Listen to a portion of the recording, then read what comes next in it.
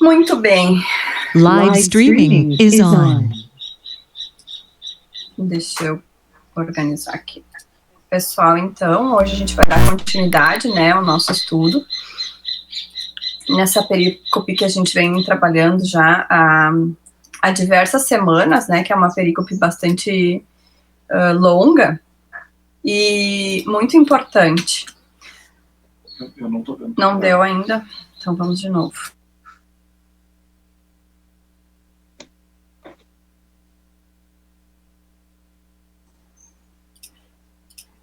E no nosso grupo do estudo, né, eu coloquei a sugestão de que quem não tivesse visto o espetáculo da quinta-feira e tivesse a oportunidade que olhasse exatamente por essas questões que o Éder comentou agora, pouco antes da gente iniciar a transmissão, de que o João Alves nos deu uma aula, né?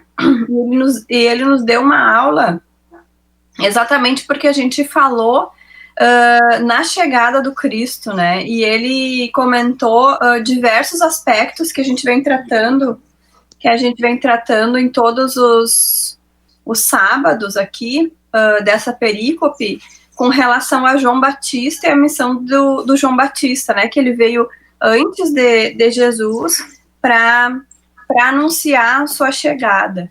Então, além disso, o João Alves, vou fugir um pouco do tema do nosso estudo, mas o João Alves, ele, sem querer, porque não foi nada combinado, né, ele dá um panorama do restante dos nossos atos, do nosso mês de Natal, mas ele também, complementa, talvez, com algumas questões mais amplas, esse nosso estudo dessa perícope que vai até o versículo 19. E hoje a gente está no versículo 13.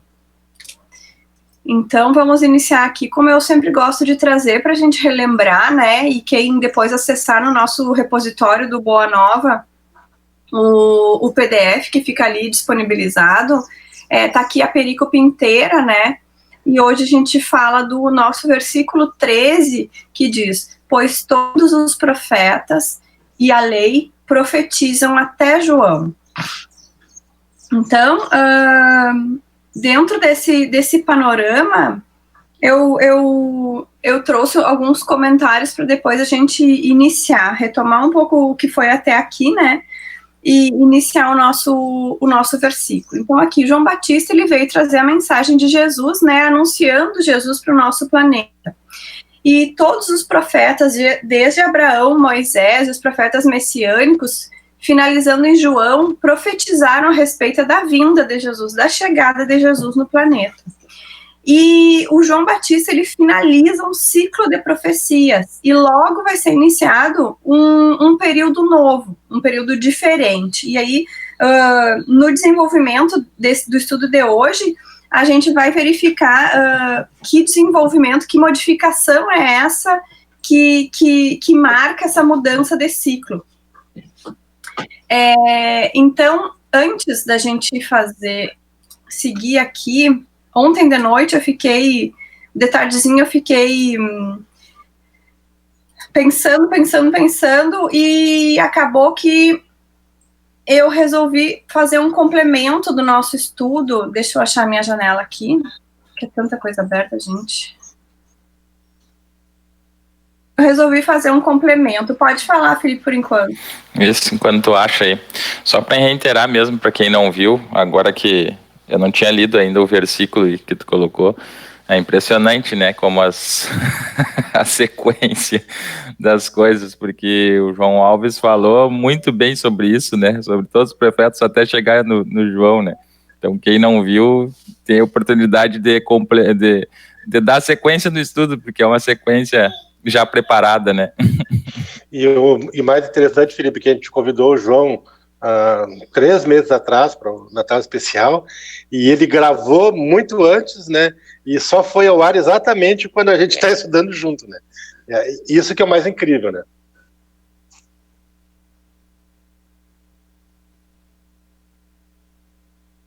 Certo, então eu resolvi trazer isso daqui, que na verdade eu não fiz um estudo, eu só recolhi as informações do site espiritismo.tv, que fala em Antigo Testamento, porque já que a gente vai falar uma modificação de ciclo, fechando em João uma modificação de pensamento, eu acreditei que seria importante trazer algumas informações para que, quem sabe, em algum momento se possa fazer algum estudo, alguém se aponte para fazer algum estudo específico disso, porque a gente sempre está procurando colaboradores interessados, né, em contribuições, mas que em algum momento a gente possa rever isso com maior detalhe. Então, como é que é a separação e a organização do Antigo Testamento? Porque se a gente falou que até João, incluindo os profetas messiânicos, Abraão e Moisés, finalizando em João, a gente tinha uma organização, a gente tinha um pensamento, e depois disso é modificado esse ciclo, a gente está fechando um ciclo, a gente está fechando uma linha de pensamento de acordo com o Antigo Testamento. Mas eu, como não tenho aproximação nenhuma com o Antigo Testamento, então eu quis dar o primeiro passo. Se alguém já tem essa aproximação e quiser contribuir, eu fico muito agradecida. Eu vou desligar minha câmera, porque as próximas são esse slide mais 2 só. Nos próximos slides tem informação na tela cheia, e aí a minha imagem vai atrapalhar. Então, aqui, o que é o Antigo Testamento? Como é que ele foi formado? Ele é composto por 46 livros e forma a Bíblia hebraica, e a primeira grande parte da Bíblia cristã. Então, ele chama-se também de Tanakh, que é um acrônimo, lembrando as grandes divisões dos escritos sagrados da Bíblia hebraica, que são os livros da lei, os livros dos profetas e os chamados escritos. Aqui eu fiz só um esquema do que é, de como é a divisão dos livros. Então, ele está dividido em Pentateuco, os livros históricos, os livros poéticos e sapiensais e os livros proféticos. E o Pentateuco são livros da lei, compostos pelos 5 primeiros livros, que é Gênesis, Êxodo, Levítico, Números e Deuteronômios.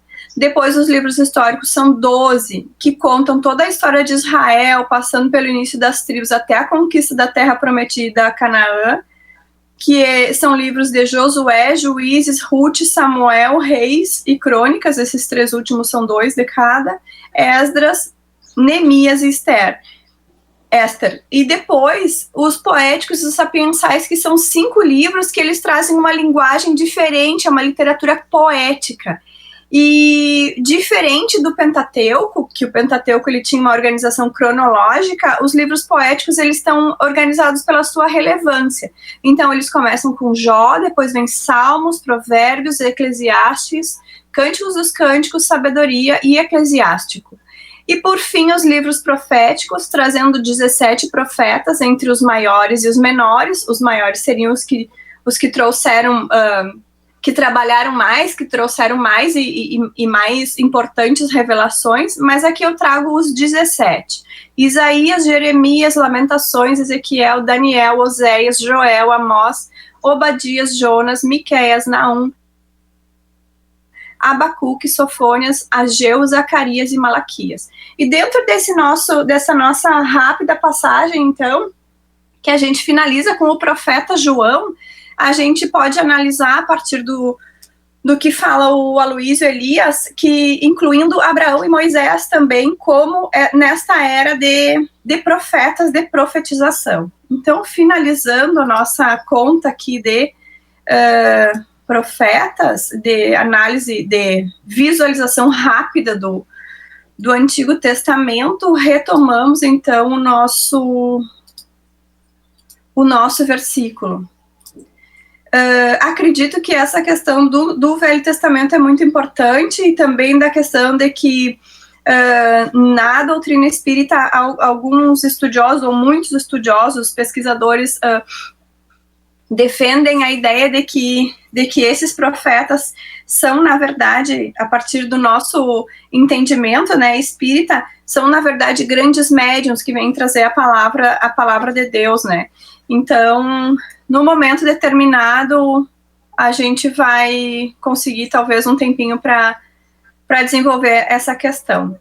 Então, seguindo aqui, a gente tem essa divisão de ciclos, né? Um primeiro ciclo, que seria de Abraão até Jesus, até a vinda, até a chegada de Jesus, né? Mas que a gente tem um ponto crucial, assim, de modificação com João.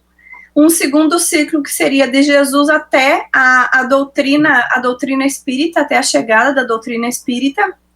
E um terceiro ciclo, que seria a partir da codificação kardeciana, que seria a fase que nós estamos vivendo hoje.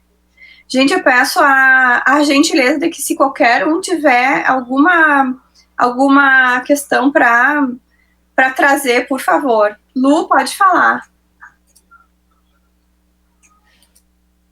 Oi, bom dia, Cris. É só uma dúvida, porque, assim, até onde eu sabia, por exemplo, a doutrina espírita meio que começou com Kardec, né? Na minha opinião, aí tu trouxeste que é de Jesus a doutrina espírita.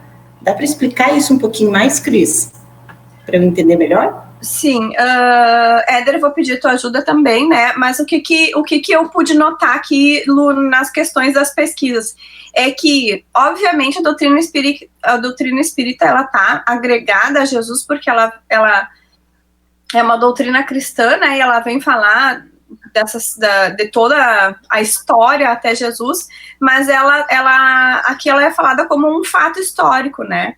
Como um fato dependente, como se a gente estivesse numa linha do tempo. Então, esse segundo ciclo, ele inicia ali com a vinda de Jesus para a Terra e ele finaliza com a doutrina. A gente pode fazer uma conexão com as revelações também, a primeira, a segunda e a terceira revelação. Então, a doutrina espírita, ela vem fechar um outro ciclo, ela vem completar um outro pensamento para que a gente possa subir um degrau. Certo? Eu vejo como questões mais de linha do tempo históricas. Éder, por favor, me complementa. É importante falar, Cris, também, né, que a lei de Deus é uma só, né? A vontade dele em relação à humanidade é uma só. E ela foi dividida, essa vontade, essa lei, em três fases, né? Na primeira revelação com Moisés, que pega o período de Abraão a Jesus.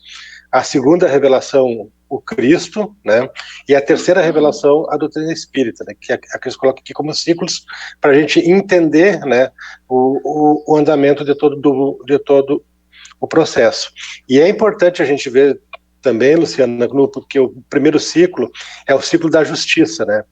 Antes, a coisa era bem complicada, Moisés chega e dá uma ajeitada naquilo que já era ruim, né? O segundo ciclo é o ciclo do amor, é o próprio Cristo vindo para mostrar que essa lei, que essa vontade de Deus em relação à humanidade era possível ser feita, e para que a gente compreendesse de forma definitiva, veio o próprio Cristo mostrar esse amor, né? Que da manjedoura até o madeiro, né, era amor o tempo todo, lições o tempo inteiro. E ele prometeu que tudo aquilo que ele não podia falar, tudo aquilo que nós não podíamos compreender, viria, né, com o Consolador prometido, né? Há uma promessa dele. E é onde nós temos o terceiro ciclo, que vem, então nós temos o primeiro ciclo, a primeira revelação, que é a justiça, o segundo ciclo, a segunda revelação, que é o amor, e o terceiro ciclo, né, a terceira revelação, que é a caridade, que é a aplicação da regra áurea, fazer ao próximo tudo aquilo que gostaríamos que fosse feito. É o ponto central, né, o cerne da doutrina espírita, né? Fora da caridade não há salvação. Nós não vamos ter mundo regenerado, nós não vamos ter mundo redimido, se nós não formos bons, caridosos, homens de bem, né? Então, com isso a gente compreende que para cada ciclo, para cada momento, uma lição específica, né? Para que a humanidade, né, compreendesse essa lei única e que precisou ser dividida em três partes para que ajustasse ao nosso momento em humanidade de condição de entendimento e de compreensão. Ficou claro, Lu? Ficou alguma dúvida? Veja se eu entendi, assim, então, eu adorei essa divisão que tu fizeste, que a Cris apresenta, assim, daquela questão do amor de Deus e aí todas as coisas que aconteceram, por exemplo, até mesmo para que Kardec pudesse codificar, né? De repente, todas as diferenças, até o que aparecia espiritualmente, a questão lá das mesas, lá na França, né, que levantavam, tudo que foi chamando a atenção do Kardec. Mais ou menos isso. Culmina, não sei nem se é isso, mas aquela questão toda do amor de Deus, e aí depois, na sequência, os eventos de coisas que acontecem até que consiga decodificar né, que Kardec consiga entrar, acho que é mais ou menos isso? É isso. Na verdade, os fenômenos, né, eles vieram para acordar a humanidade, né, para a realidade qual o mundo espiritual existe, né. Kardec veio homologar isso, porque até então os fenômenos, eles sempre existiram, né. O próprio Cristo, né, mostrou mediunidade o tempo todo, né, com efeitos físicos, né, com curas, até mesmo a aparição dele após a crucificação, né, comprovou, já estava ali comprovada, né, a existência do mundo espiritual. Nós só não sabíamos como é que funcionava a coisa, né, como que era esse mundo espiritual, como que se organizava, quem é o mundo espiritual, onde se localizava, que até então a gente tinha a ideia de em cima e embaixo, né, e na verdade com a doutrina espírita nós viemos com a razão, né, a gente costuma dizer que Jesus é a porta, né, e Kardec é a chave, né. Sem essa chave, nós não conseguiríamos, de forma alguma, a compreender e a viver esse cristianismo redivivo que a gente está vivendo hoje, né? Então, Kardec foi de extrema importância, né? Por ser um espírito familiar do próprio Cristo. Isso está lá revelado nas obras póstumas, né? Onde Jesus chama ele, o Espírito da Verdade chama ele de espírito familiar. Então, é alguém que estava muito próximo ao coração do Cristo para ter uma missão dessa grandeza, né? Para trazer ao mundo a terceira revelação e para que ela ficasse conosco eternamente. Pode falar, Marco. A Rosane levantou a mão primeiro, acho que ela fala, depois o Marco complementa. Oi, só para complementar isso, não sei também se eu entendi de forma correta, mas eu olhando esse gráfico, eu olho na realidade, a nossa evolução. E passamos ali da época de Abraão, né, do olho por olho, dente por dente, onde a coisa era bem violenta, né, as coisas pela força, né, aí veio Jesus para mostrar que não, que o amor, né, a nossa evolução e nessa etapa daí, creio que já havia uma evoluçãozinha para as pessoas conseguirem mesmo assim, né, aconteceu tudo o que aconteceu, e agora, por último, a gente fica até contente, que eu acho que a nossa evolução está um pouquinho maior, porque daí a gente já consegue entender a codificação do Kardec, porque se isso acontecesse lá atrás, não teria entendimento, então as coisas foram de uma forma evolutiva para que houvesse o entendimento e esse amadurecimento, creio eu.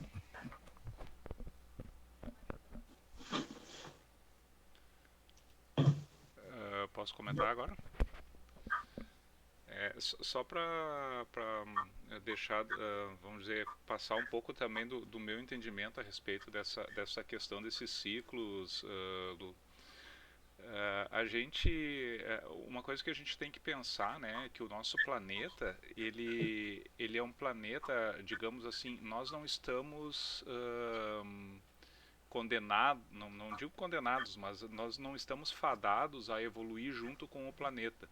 Entende? A gente não começou a reencarnar no mundo primitivo, daí passamos pelas provas e expiações e estamos sempre aqui, daí vamos passar para... o espírito não está, vamos dizer, conectado ao planeta. Então, vamos dizer, o nosso objetivo é nos formar o mais rápido possível, né? Nós temos que passar aqui, nos melhorar, e nós temos planetas melhores, planetas superiores, que a gente pode passar para eles antes do nosso planeta evoluir. E essa é a nossa, vamos dizer, finalidade, né? É atingir a perfeição, é chegar na perfeição. Para isso, né, vieram essas revelações, esses ciclos, né? Antes de Moisés era vamos dizer, uma relação quase primitiva, não é? Era a lei, ela permitia, por exemplo, responder violência com mais violência, e daí esse excesso de violência ele aumentava mais ainda, e fora todas as deturpações que existiam, né? Então veio Moisés dizendo que não, é só dente por dente, olho por olho, né? Só pode fazer o que te fizeram também. Então já deu uma acalmada aí. E junto com isso ele trouxe os 10 mandamentos, né? O decálogo. E a gente teve aí, como o Éder falou, né? Um ajustamento dessas almas mais embrutecidas através da justiça, né? Através de uma lei que deveria ser cumprida. Não quer dizer que através vamos dizer, dessa lei, os espíritos não evoluíam. Muitos acharam seu caminho por aí, né? Inclusive o versículo passado que a gente estudou, que o Zé apresentou no sábado passado, né? Jesus comenta alguma coisa que o reino do céu era tomado pela força, né? Ou pela violência, né? Que é mais essa questão da primeira revelação. A partir daí vem o Cristo, né? E o Cristo ele muda totalmente a concepção de ter que responder a uma ofensa, né? Então ele traz a segunda revelação, que é a do amor. E assim, muitos espíritos se converteram nessa época, né? E evoluíram, passaram a mundos superiores. Mas os teimosos ainda continuaram aqui, né? E daí o que a gente fez ainda? A gente pegou ainda o ensinamento dele, deturpou, né? Deu uma girada de uma maneira assim que só nós conseguimos, né? E conseguimos pegar o evangelho e fazer dele uma ferramenta para fazer guerras, para fazer as cruzadas, para explorar economicamente, politicamente as outras nações, né?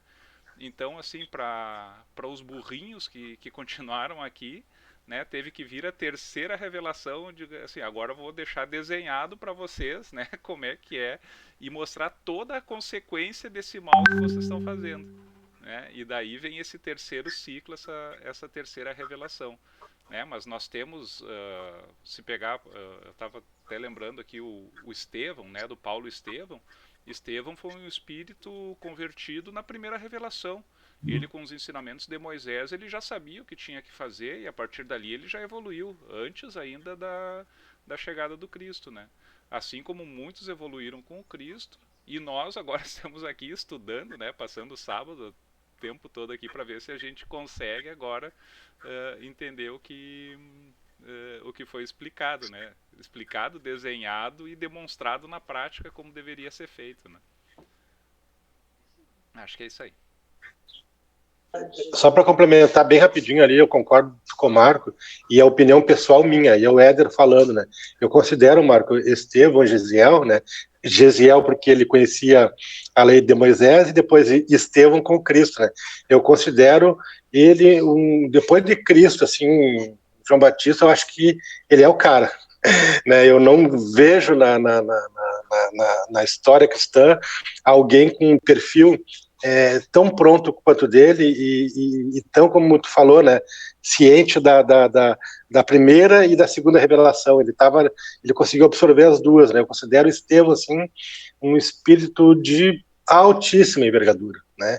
Quem leu o livro Paulo Estevão, e quem não leu já sabe onde é que vai parar, né? Vai se encantar com os discursos. Eu gosto de reler, Marco, os embates dele com o Paulo.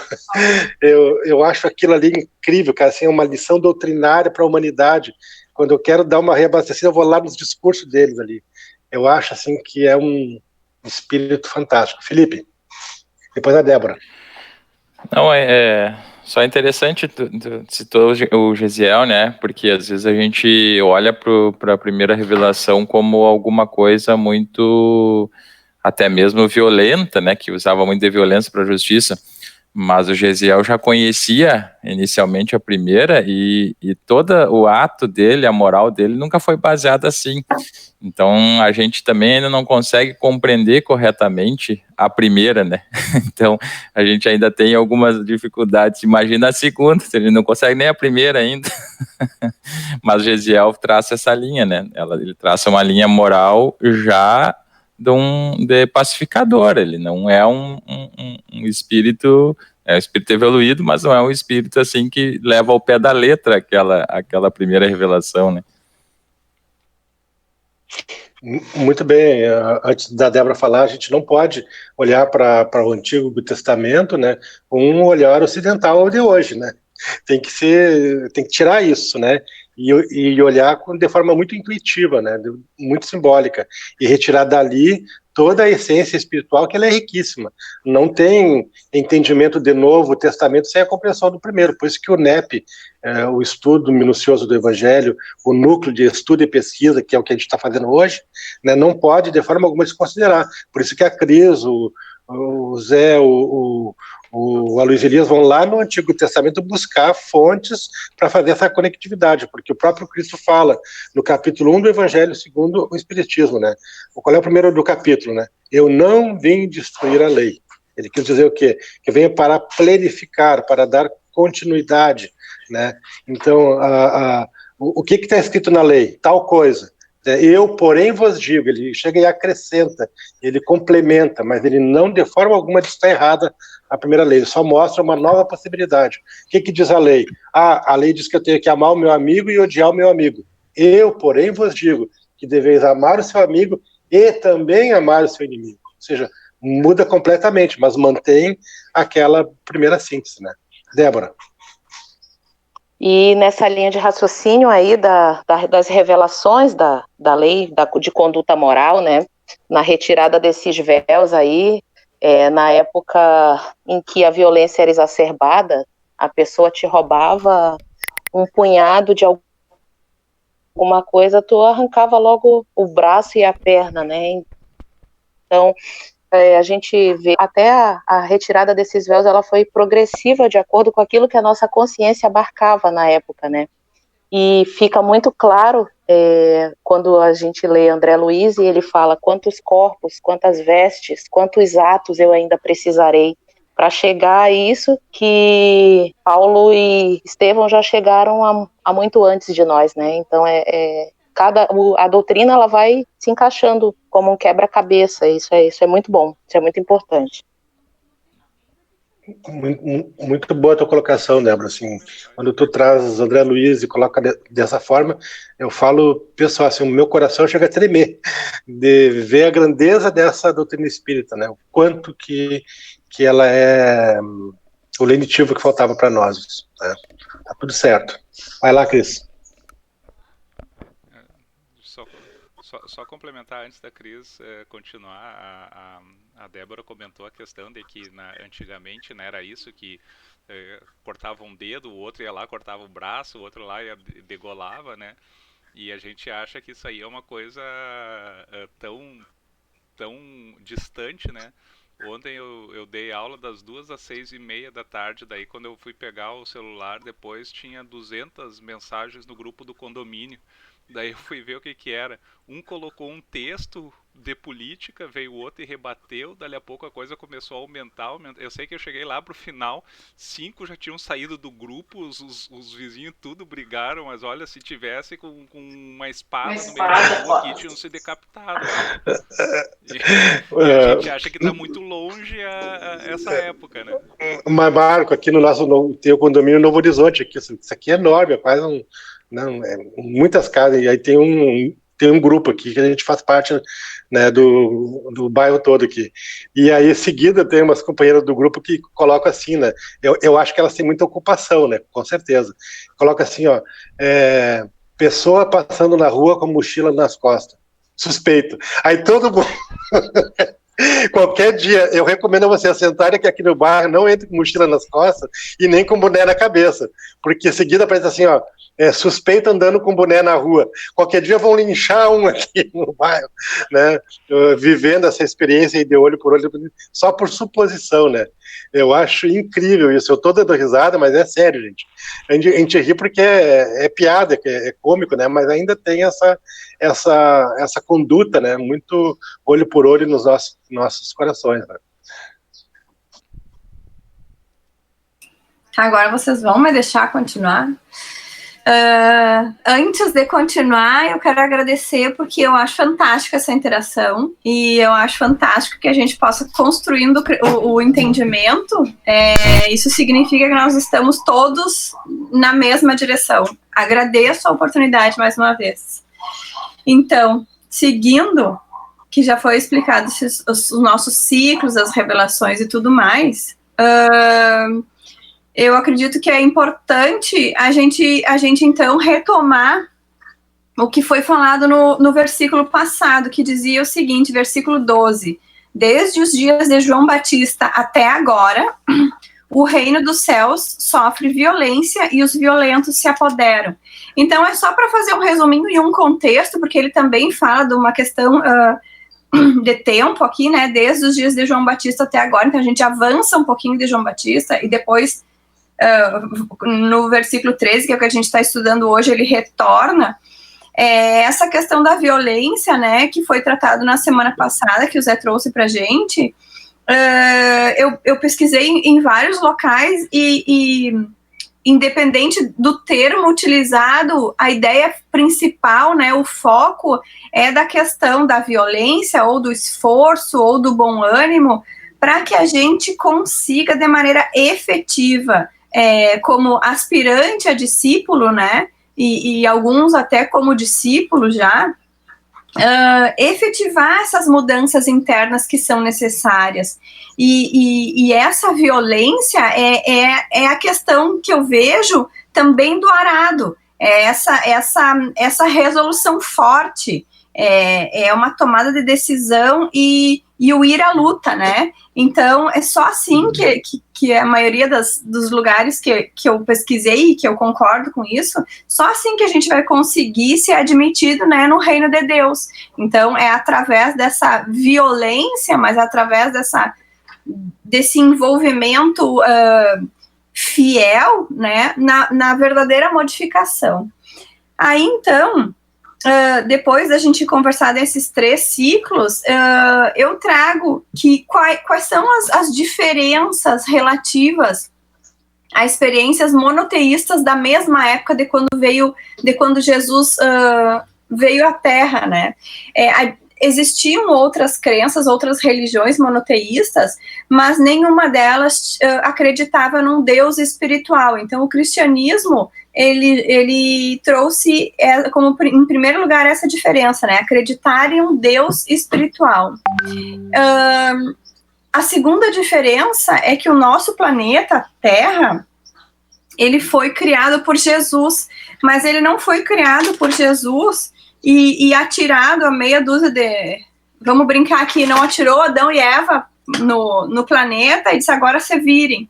Não, ele foi criado e o planeta foi criado, o homem foi criado por Jesus e continua sendo assistido até hoje, vai continuar sendo assistido por Jesus. Então aqui a gente tem um perfil, um comportamento paternal ou maternal de Jesus. Quem teve a oportunidade de ver no domingo passado, tudo são coincidências, né? No domingo passado, ver o Aloísio na Rai TV no YouTube, que ele faz todo domingo às 6 da tarde uma transmissão, poderia ter feito a conexão de que ele falou sobre essa paternidade, ou quem sabe essa maternidade de Jesus, esse perfil de cuidado, esse perfil de zelo. Então, eu acho bastante importante a gente trazer isso, levar em consideração esse perfil de Jesus com os homens, né? Ele criou o planeta e ele tá fazendo o papel máximo dele como pai, né? E qual é o papel do pai? Qual é o papel da mãe? é estabelecer normas também. E nós, como filhos, nós devemos seguir normas, nós devemos ter limites para que nós possamos ser direcionados e até, em alguns momentos, por merecimento, inspirados a seguir o melhor caminho possível. Isso que um pai deve fazer, isso que uma mãe deve fazer, e é isso que Jesus faz com a gente. A gente não castiga um filho por nada, a gente não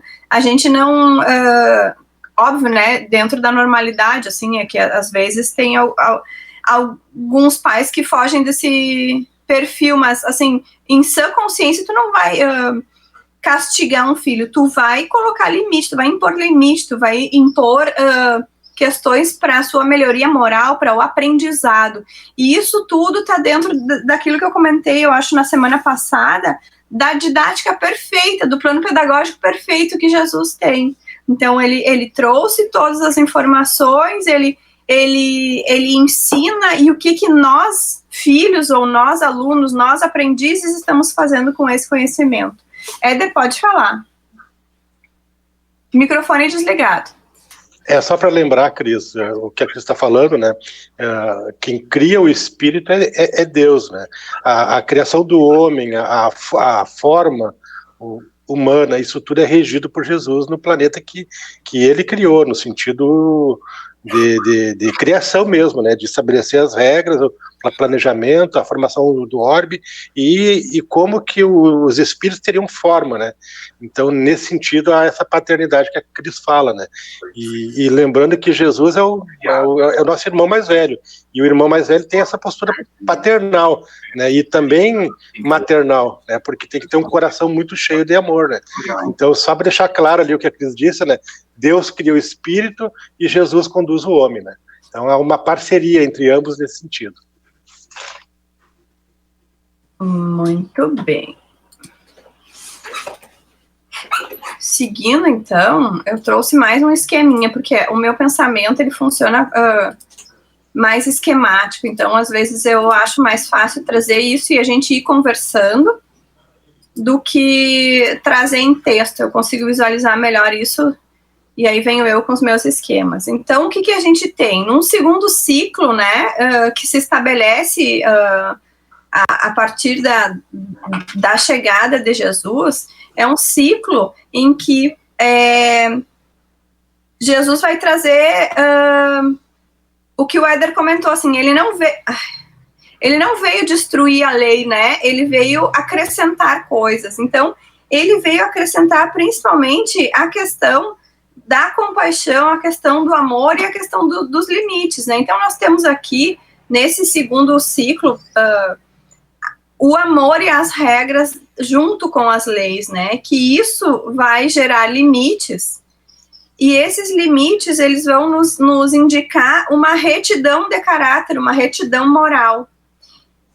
E o que o Aloysio chama de monoteísmo ético, que nós somos monoteístas, né? Acreditamos num Deus, mas nós temos, além das leis, a gente precisa ter um melhoramento ético e uma linha que possa servir para estabelecimento da harmonia. O Aloysio fala harmonia entre os homens. Eu já penso que pode ser mais adiante, é uma harmonia entre os seres. Nós dependemos da natureza, a natureza nos supre de tudo que nós necessitamos. Nós temos, cada um tem aí na sua casa, a grande maioria acredito que tem, os seus animaizinhos de estimação, que muitas vezes nos ajudam até a manter um equilíbrio psicológico, principalmente nesses tempos mais distanciados, né, que é necessário. Então, assim, uma harmonia entre os seres que é o que a gente vai conseguir também a partir desse monoteísmo ético que o Aloysio chama. Então, que ele vai ser estabelecido quando Jesus traz a questão da compaixão e da misericórdia para nossa convivência entre os seres, né? Lembrando que o planeta, ele é formado por plantas, animais, uma diversidade enorme, e quem está acabando com tudo isso somos nós humanos, ou seja, essa harmonia, ela não está funcionando muito bem. Pode falar, Eder. importante, Cristo, trazer esse. Eu não tinha olhado esse slide ainda, né? E importante tu trazer esse monoteísmo ético, porque o que é um monoteísmo não ético, né? Fora de ética? É quando nós dizemos que acreditamos em Deus e adoramos outros deuses, né? O Deus tecnologia, o Deus material, o Deus sexo desenfreado, desequilibrado, né? Então, na verdade, o monoteísmo ético, né, é a gente se perceber todos filhos do mesmo Deus, todos os homens e todos os seres, como fala a Cris, né, na mesma ordem da criação, né? Nesse monoteísmo, e o monoteísmo, como o Marco colocou lá atrás, né, ele foi trazido por Moisés, né? Moisés define, né? Nós temos um único Deus, e Jesus mostra esse Deus espiritual. Então, o monoteísmo ético, né, é a nossa fidelidade. Eu tenho que ter ética, né, em dizer que acredito em Deus, e esse Deus é um Deus espiritual. Eu não posso dizer que acredito em Deus e não querer entregar um celular para um assaltante e perder a minha vida, né? Eu não estaria amando a Deus, eu estaria amando a tecnologia, o carro, né, que eu não quero entregar. Então, a gente tem que ter ética na nossa crença, na nossa fidelidade, né, a esse Pai que é puro amor o tempo todo.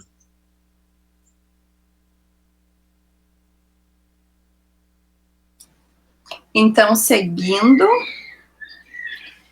nós temos aqui que esse amor e essas regras, eles vão, por consequência, trazer essa harmonia entre os seres, né? Ele vai, a partir do amor e das regras, que a gente vai conseguir estabelecer essa harmonia.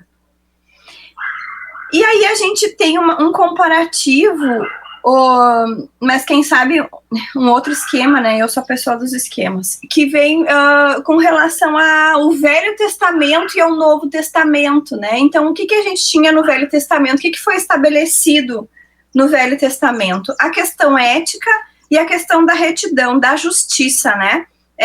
Que a gente tem, o que já foi bastante explicado antes, que cada um deu a sua contribuição aí com relação o olho por olho, dente por dente, né? A gente não pode ultrapassar isso. Isso seria o mais justo, por assim dizer, na época. Então, aqui a gente tem um desenvolvimento da sabedoria, né? Que é uma das nossas asas.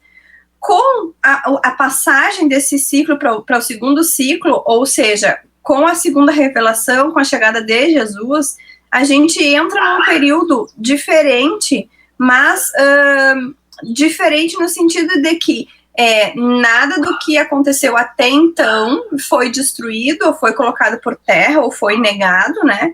E sim foi adicionada a questão da compaixão e da misericórdia aplicada ao outro, aplicada ao meu próximo, né? E que isso vai levar ao amor. Então, aqui eu desenvolvo a minha segunda asa. Então, o Velho Testamento, ele serviu, a princípio, para a gente ter um balizamento moral, né? Para sair da selvageria, para usar um termo bem dramático, e a partir disso, quando a gente conseguiu entender a necessidade, a importância de direcionar um comportamento, foi possível, então, só então, estabelecer a questão da compaixão e da misericórdia aplicada ao outro, que é o estabelecimento do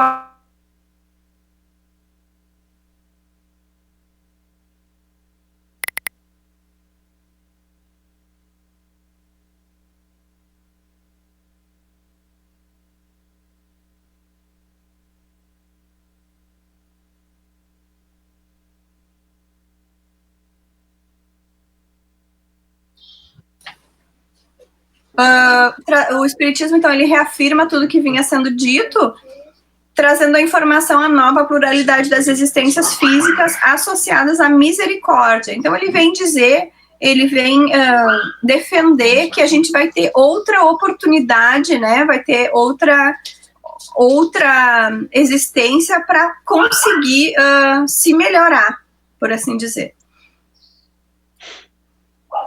E aí, um outro esqueminha que eu achei bacana. Nós estamos sem a tua imagem, acho.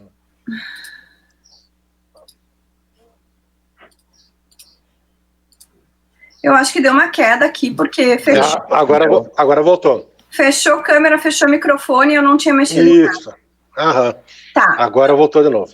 Então, aqui eu trago um outro esqueminha, que se a gente for enxergar a vida do João Batista, né, ele tá ainda ali entre a sabedoria e o amor, desenvolvendo essas duas asas, e ainda analisando o perfil dele desde Elias, né, desde o desenvolvimento dele com relação à moral, à ética e à justiça que ele teve, aquilo tão ferrenho, esquecendo da questão esquecendo entre aspas, né, deixando de lado ou não conhecendo a importância do amor, e ele, como João Batista, ele vem sim padecer com essa missão para o desenvolvimento dessa asa dele do amor. Pode falar, Felipe. Não, desculpa interromper, é que não sei se só para mim, porque a minha internet tá boa aqui, mas não voltou a imagem do teu esquema aí. Não sei se só para mim ou para mais. Não, para mim também não voltou. Tá só o C de Cris aqui. Aconteceu isso comigo aqui, eu atualizei a página e voltou. O meu tá normal. Dá uma atualizada na página, Felipe, que eu acho que volta. Tá, desculpa interromper.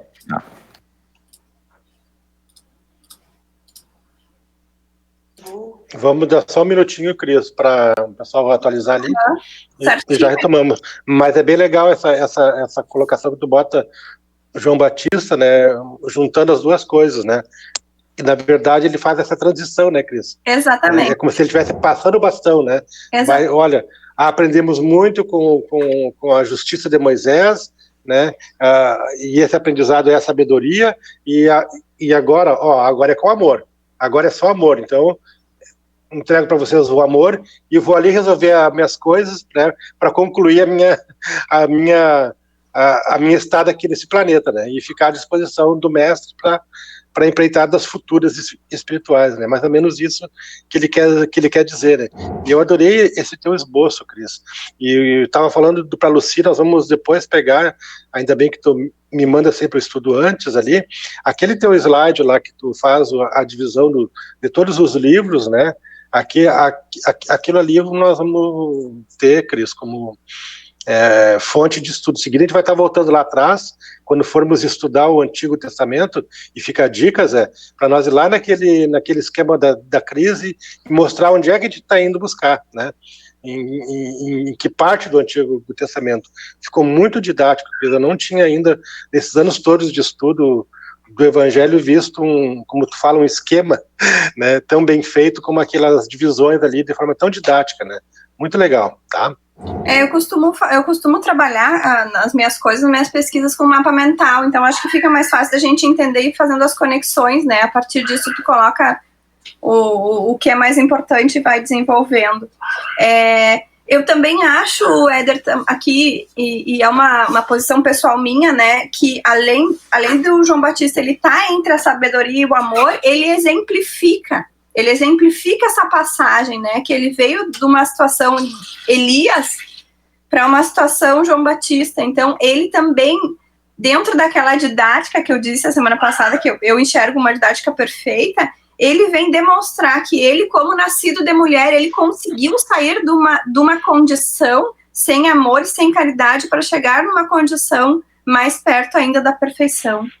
E essa sabedoria dele, que dava a ele a condição de criticar os reis da época, né, os líderes. Ele era incisivo, né, a crítica dele era uma crítica ácida, muito forte, né, com as circunstâncias daquela época, né, porque como que nós vamos instituir o amor, né, onde existe tanta falsidade, tanto erro, tanto equívoco ainda, né, então essa sabedoria de João Batista era muito forte, né.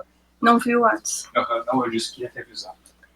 Certo, então assim, agora, às 10 horas em ponto, que a gente vai entrar exatamente no que é o versículo, tá? Como o meu chefe sempre diz para não ter pressa, então nós ficamos aqui batendo papo, né? E seguindo adiante. Então, o que a gente vai destacar hoje?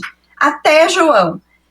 E o que isso significa? É um encerramento de um ciclo e o início do outro. Eu achei importante trazer todas as questões antes, para que quando a gente entrasse propriamente no versículo, esse conhecimento já tivesse estabelecido, tá? Os textos que vão ser trazidos agora, alguns são sugestão do Aloysio Elias, e outros que são mais específicos de obras do Emmanuel, que o Marco adora, ele diz que é novela mexicana. Só que os primeiros eu vou iniciar com alguns que eu busquei, que eu achei que eram importantes por questão de contexto. Então, o primeiro texto que eu trago é o texto do livro Harmonização, que é do capítulo 6, chamado Profetas e Apóstolos. Eu não trouxe os textos completos, eu trouxe só um deles eu trouxe completo, porque eu achei uma epístola de Paulo, eu achei importante. Mas esse foi só dois versículozinhos que diz o seguinte: todavia, quando o profeta ou o apóstolo já se identificou a exata união com Deus, torna-se elemento de trabalho da providência divina. Então, constitui-se em seu enviado na terra, enviado de Deus, né, do Cristo também. E atropelado, esmagado e perseguido, o trabalhador fornece testemunho em si mesmo. Eu enxergo perfeitamente o João Batista aqui. E atinge seus fins, cedo ou tarde, atendendo com valor aos desígnios de Deus. Então, assim, qual era o fim do João Batista? A princípio seria cumprir a missão dele, né? Mas qual é o nosso fim aqui? O nosso fim é o melhoramento, o nosso fim é, num futuro muito distante, que a gente quase não enxerga a luz no fim do túnel, mas ela está lá, é chegar à perfeição. Então, cada encarnação, e menos do que isso, cada dia que a gente levanta é uma oportunidade da gente atender com valor esses desígnios, né? Honrar a nossa posição e agradecer por tudo que nós temos, inclusive as dificuldades, que é o que vai nos colocar em luta para que a gente possa agir com violência e se melhorar. Aí eu parto para a epístola de Paulo, que eu trouxe inteira, tá? Do capítulo 1, versículo 1 ao 21, porque tem várias palavrinhas que a gente já veio trabalhando, então eu vou ler, porque eu acredito que ela é bastante importante. Então, ela diz o seguinte: Simão Pedro, apóstolo, servo de Jesus, né, servir, aos que alcançaram igual fé conosco pela justiça de Deus e Salvador Jesus Cristo. Graça e paz completa seja a vós outros pelo conhecimento de Deus e de Jesus Cristo, nosso Senhor. Então, assim, o conhecer, né? Como todos os dons do seu divino poder que dizem respeito à vida e a piedade nos têm sido dados pelo conhecimento daquele que nos chamou pela sua própria glória e virtude, pelo qual nos comunicou as muito grandes e preciosas graças que tinha prometido. Então aqui a gente também tem, se ele tinha prometido, alguém disse, né? É uma profecia também. Para que por ela sejais feitos participantes da natureza divina, fugindo da corrupção, da concupiscência que há no mundo. Vós outros, aplicando, pois, todo o cuidado, ajuntai a vossa fé a virtude, e a virtude a ciência, e a ciência a temperança, e a temperança a paciência, e a paciência a piedade. E a piedade, o amor de vossos irmãos, e ao amor de vossos irmãos, a caridade. Então, uma coisa vai levando a outra. Então, isso é outra questão, assim, ó, ele não nos diz para a gente sair aqui do cuidado direto para a caridade. As coisas têm que ser feitas passo a passo, adquirindo conhecimento, se preparando para que a gente possa subir o próximo degrau. Porque se essas coisas se acharem e abundarem em nós, elas vos não deixarão vazios, nem infrutuosos no conhecimento do nosso Senhor Jesus Cristo. Mas o que não tem pronta estas coisas é cego, e anda apalpando com a mão, esquecido da purificação dos seus pecados antigos. Ou seja, nós não devemos julgar o outro, nós devemos estar atentos ao que nós mesmos fazemos. Portanto, irmãos, ponde cada vez maior cuidado em fazer de certa a vossa vocação. Ou seja, estejamos atentos se estamos cumprindo a nossa missão, se estamos sendo verdadeiros espíritas, né, nesse caso. e eleição por meio das boas obras, porque fazendo isso não pecareis jamais, porque assim vos será dada largamente a entrada no reino eterno de nosso Senhor e Salvador Jesus Cristo. Pelo que não cessarei de vos admoestar sempre sobre essas coisas, e isso ainda que vós estejais instruídos e confirmados na presente verdade. Porque tenho por coisa justa, enquanto estou neste tabernáculo, despertar-vos com as minhas admoestações. Ou seja, é um pai, ele vai estar sempre lembrando do caminho que a gente precisa seguir. Vai depender do nosso livre-arbítrio escolher seguir ou não, mas ele, como pai, está sempre nos puxando a orelha. Estando certo de que logo tenho de deixar o meu tabernáculo, segundo o que também me deu a entender nosso Senhor Jesus Cristo. E terei cuidado, que ainda depois do meu falecimento, possais vós ter repetidas vezes memória destas coisas, porque não vos temos feito a conhecer a virtude e a presença de nosso Senhor Jesus Cristo, seguindo fábulas engenhosas, mas sim depois de nós termos sido os espectadores da sua grandeza. Então eu trouxe essa epístola, falta ainda. Porque ele recebeu de Deus Pai honra e glória, quando da magnífica glória lhe foi dirigida uma voz desta maneira: este é o meu filho amado, em quem eu me comprazi. Ouvi-o. E nós mesmos ouvimos esta voz que vinha do céu quando estávamos com ele no Monte Santo. E ainda temos mais firme a palavra dos profetas, a qual fazeis bem de entender como a uma tocha que alumia num lugar tenebroso, até que o dia esclareça e o luzeiro nasça em nossos corações. Entendendo primeiro isso, que nenhuma profecia da Escritura se faz por interpretação própria. Então, todas as questões de que o Marco comentou antes, de usar a religião para guerra, para disputa política, ou seja, para o que for, isso não está escrito, né? Então, porque nenhum tempo foi dada a profecia pela vontade dos homens, mas os homens santos de Deus é que falaram inspirados pelo Espírito Santo. Então, assim, eu trouxe inteira, por mais que algumas partes sejam mais aproveitáveis, entre aspas, do que as outras, porque eu achei que ela poderia complementar numa questão de contexto. E aqui, no versículo 19 e no 20, a gente fala em profetas, profecias e luzeiro, que isso é bastante importante para a análise que a gente vai fazer agora a seguir, tá? E a gente passa agora para o versículo 30 do capítulo 3 de Jó, que diz que é necessário que ele cresça e que eu diminua. A gente já tratou disso em algum outro estudo de sábado, né? Mas aqui é feita uma analogia diferente, onde a gente traz como símbolo de Jesus o sol, né? Só corrigir ali, Cris, é João 3,30, não é Jó, tá? Ah, tá certo. Jesus, eu vou arrumar depois aqui no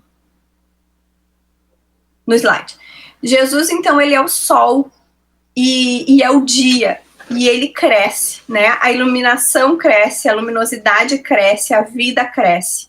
E o João é a lua, é a noite. Então, se a gente fizer uma análise, se a gente fizer se a gente pensar na questão da noite e do dia, né? Se a gente pensar que o sol e a lua, a gente até pode enxergar, pode ser dia, o nascer do dia, a lua está se pondo, né? E quando a lua vem chegando, o sol está se escondendo.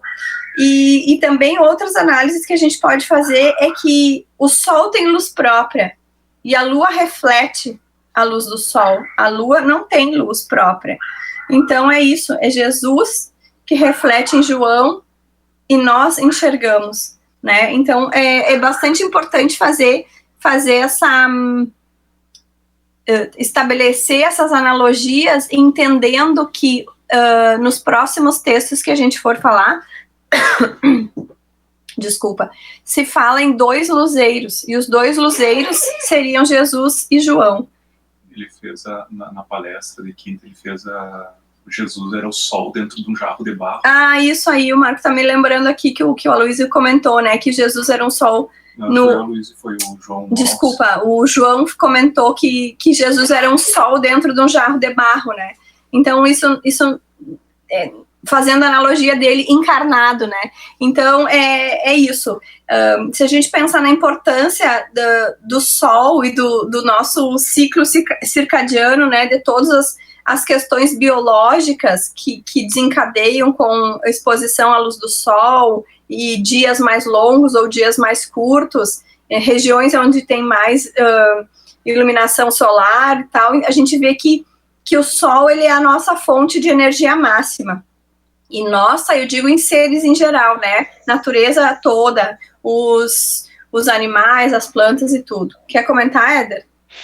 Não, eu só fiquei pensando na lembrança do Marco, né? De que Jesus era um sol dentro de um jarro, né? Eu fiquei imaginando, Marco, a transfiguração no Monte Tabor, né, quando Jesus se ilumina todo na presença de Elias, né, e Moisés ali naquele momento que é visto por André, João e Pedro. Eles visualizam isso, né, e eles ficam impactados com a luminosidade de Jesus. Eu fico imaginando essa cena, a gente que está envolvido com arte agora nessa função do Natal especial. Eu imaginei, Felipe, fazer essa cena, criar essa luminosidade de Jesus. Eu acho que ficaria espetacular aí. Vamos pensar nisso mais adiante. Não dá ideia. Deve ser bem fácil. Live streaming has stopped. Só para complementar, Éder, eu levantei a mão antes, viu, Felipe? Não estou me metendo. Quem quiser entender um pouco dessa questão da iluminação, eu terminei de ler semana passada o livro Voltei, do irmão Jacó, e ele trabalha, vamos dizer, toda a preocupação e o trabalho dele é porque ele foi um homem que ele se achava extremamente dedicado à doutrina espírita, porque ele era doutrinador num centro espírita e ele ajudou muito o espiritismo no Brasil, né? Mas ele não acendeu a própria luz, o próprio luzeiro dele, né? Então, depois que ele desencarnou, ele passa, vamos dizer, um período aí de reeducação e trabalho, principalmente educação do sentimento, em busca dessa luz, né? E uma hora ele depois lá de um ponto ele enxerga uma luz assim, uma luz meio violeta assim, em volta, daí ele procura assim de quem que era aquela luz e ele viu que era dele, assim, depois ele se deu conta que era dele, né? E a emoção que chega, então assim, todos os espíritos que estão, vamos dizer, num patamar superior, ele enxergava aqueles espíritos iluminados, assim, né, e ficava impressionado. Imagina o que é a iluminação de Jesus, né, nesse grau aí, né, de lumens, vamos por assim dizer, né. Pode falar, Felipe. Depois Não, eu agora, quando a Cris estava falando, que eu lembrei que em uma oportunidade eu tive a oportunidade de fazer um trabalho lá na Irmã Rolica, que o título era, né, o Evangelho, o Sol das Almas, né, que o Evangelho se traduz na vida de Jesus, né, Jesus, o Sol das Almas. E eu lembrei dos esquemas da Cris, porque naquela ocasião eu fiz um esquema também, Cris, onde tem vários elementos, né, que a gente associa, né, como, por exemplo, a questão do equilíbrio, a questão de não ter distinção, né? O sol aquece a qualquer pessoa sem distinção. Jesus da mesma forma, né? Qualquer um que busque ele, qualquer espírito que busque, ele sempre vai acolher, né? Ele está sempre conosco. Então tem vários elementos. Depois eu vou colocar a imagenzinha ali do esquema no grupo, tá? E vai ser também, talvez, uma live do Felipe ali logo adiante, né? Que eu não me lembro mais desse trabalho. Nós vamos fazer ela em forma de live agora. Em seguida, eu tenho que achar aqui, eu não sei se não ficou no outro computador que. Não, mas eu tenho a cópia aqui.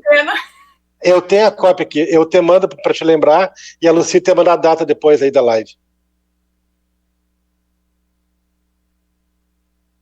Rô, pode falar. É só uma observaçãozinha. Ai, Cris, eu tô achando, assim, maravilhoso essas tuas analogias, os teus esquemas. Ai, nossa, tô assim, sorvendo cada gota. Mas daí é essa questão do sol também, né? Que a doutrina espírita, no caso, é o consolador, com sol, levar sol para a vida das pessoas. Então, tudo na minha cabeça tá encaixando assim. Perfeito, obrigada. Que ótimo, Rosane, porque assim, quando a gente começa a estudar, eu e o Marco, a gente começou na Casa Espírita não faz muito tempo. Faz o quê, Marco? Uns 4, 5 anos, né? 4 anos, eu acho. E assim, à medida em que a gente... O Felipe presencia, né, o nosso antes e depois, o Éder também, a gente se mata rindo. E a gente vê, assim, que as mensagens, elas são basicamente as mesmas, né?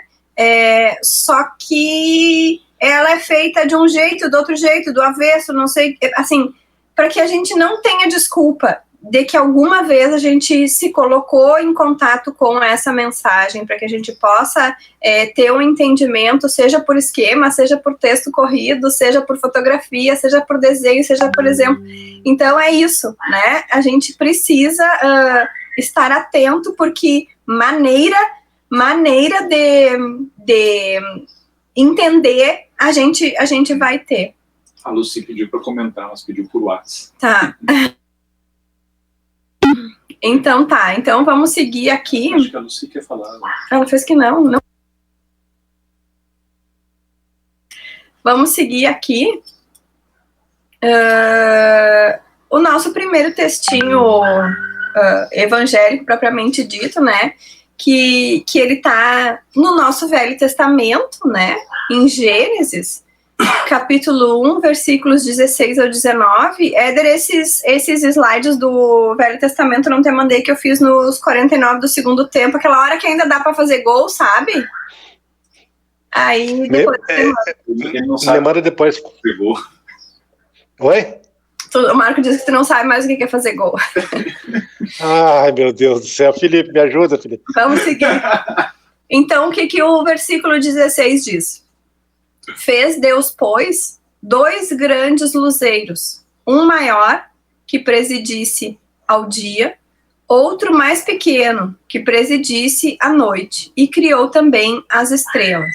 Então, essa parte aqui de Gênesis, ele está falando do 4º dia da criação do mundo. Segue no versículo 17. E pô-las no firmamento do céu para luzirem sobre a terra. Então, aqui a gente está falando que foi criado o sol e a lua, né, no 4º dia. E presidirem ao dia e à noite e dividirem a luz das trevas. E viu Deus que isso era bom. E da tarde e da manhã se fez o dia 4º. Então, aqui a gente tem um rápido comentário, assim, uma rápida descrição desse 4º dia, que foi quando o Sol e a Lua foram criados, e que daí, efetivamente, o dia se estabeleceu. Pode falar, Ed. Só para lembrar, Cris, que esse estudo Gênesis, né, o Haroldo tem ele, né, e é um estudo muito lindo, que ele nos mostra essa leitura do Antigo Testamento, e principalmente em Gênesis, né, de uma forma muito atual, muito profunda e de fácil entendimento. Então, esse estudo, inclusive, está disponível, acho que de forma gratuita, nas plataformas. Eu acho que não sei se é no Espiritismo TV ou no Portal Ser, para quem quiser acompanhar.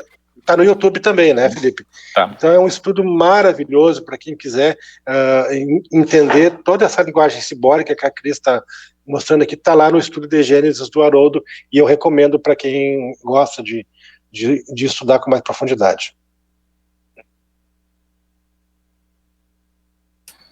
Então, bem. Éder, vamos até 10h30? Isso, Cris. Depois a gente continua no próximo sábado aí, tá? Eu vou querer um adicional de salário, porque eu estou trabalhando o dobro do Zé. Tudo isso está sendo revertido em bônus horas, tá? Amém. Você está abatendo da dívida. Abatendo a dívida, diz o Marco, já melhor ainda. Tu só paga a dívida tendo dinheiro, tu tá juntando, né, para depois descontar, Cris. Uhum. Então aqui tem um livro que ele faz essa analogia exatamente desse quarto dia que é comentado na Gênese com os milênios da humanidade. É um livro de 1939, eu procurei exaustivamente na internet, achei só essa capinha super judiada, e eu não encontrei um livro assim da contemporaneidade. É um livro que não sei se ele tem outras edições ou se é possível comprar num sebo, mas é um livro que me pareceu muito interessante porque ele abre os horizontes sobre o Apocalipse e o Antigo Testamento. Ele faz uma contextualização disso e divide o livro em partes que fazem essa conexão do primeiro dia com o primeiro milênio, do segundo dia com o segundo milênio. Então, chegando no quarto dia, que foi quando foram criados os luzeiros, né, e foi estabelecido exatamente o dia e a noite, conectando com o quarto milênio, exatamente a partir de Adão, né, quando o Elias nasce e depois quando ele reencarna como João Batista, exatamente nesse quarto milênio. Então, nós temos Jesus como o sol e a encarnação já de Elias como uma lua para se estabelecer realmente depois como João Batista, né? Iniciando aqui o nosso textinho, trazendo trechos dos livros do Emmanuel que falam sobre essas profecias ou esse caminho, né, finalizado ou estabelecido, esse divisor de águas pelo João, vem o Ave Cristo na parte 1, capítulo 1, que é preparando caminhos. E aqui fala no sol, né, que o sol que jorra bênção sobre o mundo incorpora-se à natureza, sustentando-a e renovando-lhe as criações. A folha da árvore, o fruto nutriente, o cântico do ninho e a riqueza da colmeia são dádivas do astro sublime, materializadas pelos princípios da eterna inteligência. Então, a gente pode entender esse sol e essa sustentação e renovação das criações pela questão da natureza mesmo, pela questão biológica do sol que nos rege, né, que nos determina e que nos regula o nosso relógio biológico, mas também como o sol das nossas almas, né, que deveria regular a nossa moral e que regula a nossa moral na medida em que nós estamos abertos a isso, na medida em que nós nos diminuímos para que esse sol realmente tome conta do nosso ser, né, do nosso interior, para que nós realmente sejamos vasos de barro e com cada vez mais iluminados internamente. Então, essa eterna inteligência, essa força soberana, né, que nos sustenta e nos renova, nos dá toda a energia, nos dá todas as possibilidades para que a gente possa realmente, com violência, com ânimo, com determinação, escolher os melhores caminhos para a nossa evolução. E aqui é uma partezinha que continua esse texto, que é quando o Quinto Varro está falando para o filho dele, Tassiano, né, Marco? Esse livro eu não li ainda, então eu espero ter um pouquinho mais de tempo para conseguir ler. De vida, né? E aí ele tá falando com o Tassiano, que o Tassiano é um espírito bastante complicado. O Tassiano, ele é um espírito muito materialista e ele tá quase que encorajando o Tassiano para uma nova encarnação, e que o Quinto Varro também vai encarnar com o Cassiano. Desculpa, com o Tassiano. E o Tassiano, como ele é um espírito bastante difícil e precisava superar inúmeros vícios. Daí o Quinto Varro fala para ele o seguinte: prepara-te como valoroso soldado do bem. Em breve tempo regressaremos à escola da carne. Serás para mim a estrela da manhã, indicando-me o sol de cada dia. Esse trecho extremamente poético, né? Porque a análise que se pode fazer daqui é que o Tassiano ele serviria de conexão do Quinto Varro com Deus, né? Com Jesus, o Sol, né? Então, como isso, se ele era um espírito tão conturbado, tão complicado? Exatamente pelas questões dos desafios, né? Que seriam a oportunidade do Quinto Varro exercitar a sua caridade, exercitar a sua personalidade no bem, assim, a sua moralidade, respirar fundo e conseguir ajudar apesar de todas as dificuldades. Então, seriam momentos difíceis, momentos desafiadores, que poderiam servir como oportunidade de crescimento. Então, a partir disso, seria uma motivação para ele buscar subsídio, né, em Jesus para conseguir cumprir essa missão que ele estava vindo cumprir com o Tassiano. Então, seria a estrela da manhã, né? Seria a estrela que antecede o nascer do sol, que antecede o dia. Então, isso seria como, através das dificuldades, eu vou me ajoelhar e vou me resignar e vou me colocar como um trabalhador, um servo fiel para Jesus. São coisas que talvez fiquem um pouco abstratas, porque como a gente não tem a ideia total do livro, quem não leu, né, pode ser mais complicado, mas a gente entende perfeitamente. Depois eu trago o Paulo Estevam, que eu li já, então fica mais fácil da gente conseguir entender o contexto e lembrar dessas partes. Ainda no Ave Cristo, capítulo 7 da parte 1, que ele fala de martírio e amor,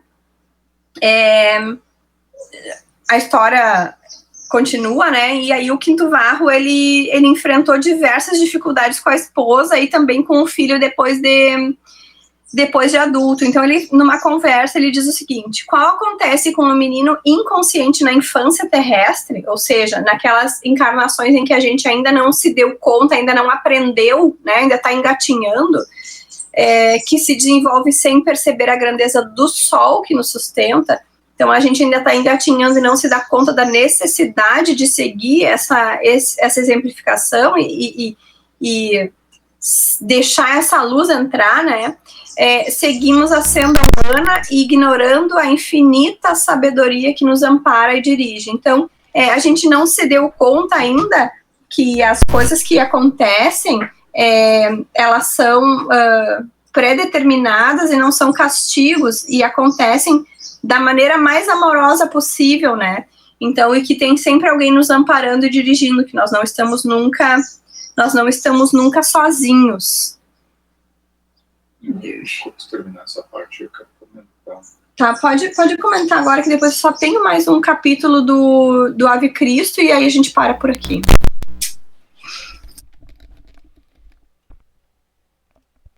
Só comentar um pouco a respeito dessa analogia do sol, né?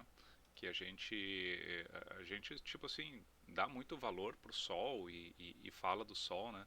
Mas se a gente for analisar em termos biológicos, ou termos de energia, ou termos de manutenção da vida, né?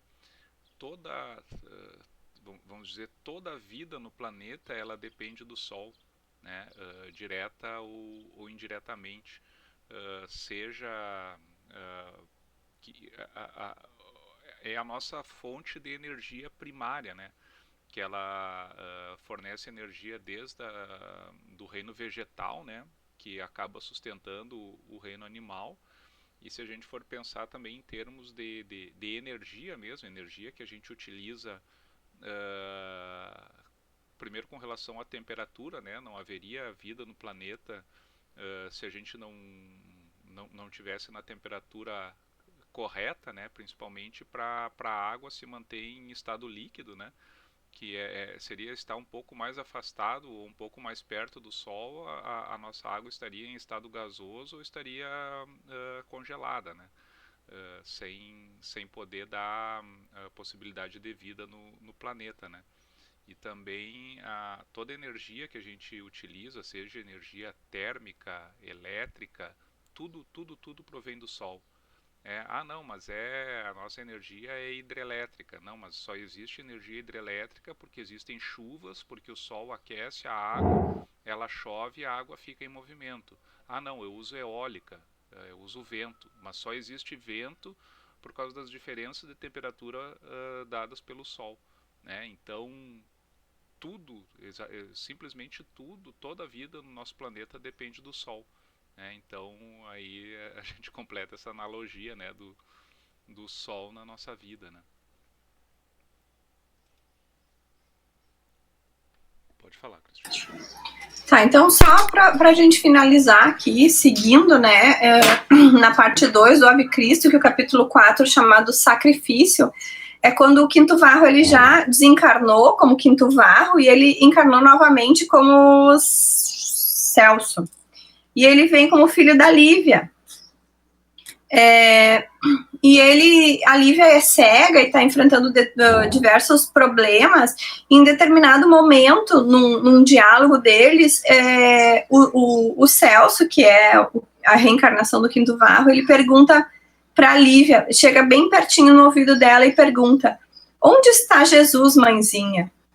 E ela, dentro de todas as dificuldades, mas de toda a lucidez espiritual, ela responde: segue-nos passo a passo, meu filho.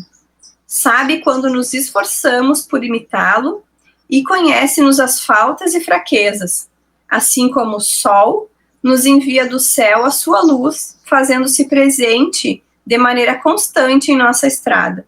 Também o Senhor é o divino sol de nossas almas, a iluminar-nos por dentro, despertando-nos para o bem e guiando-nos por dentro à vida imortal.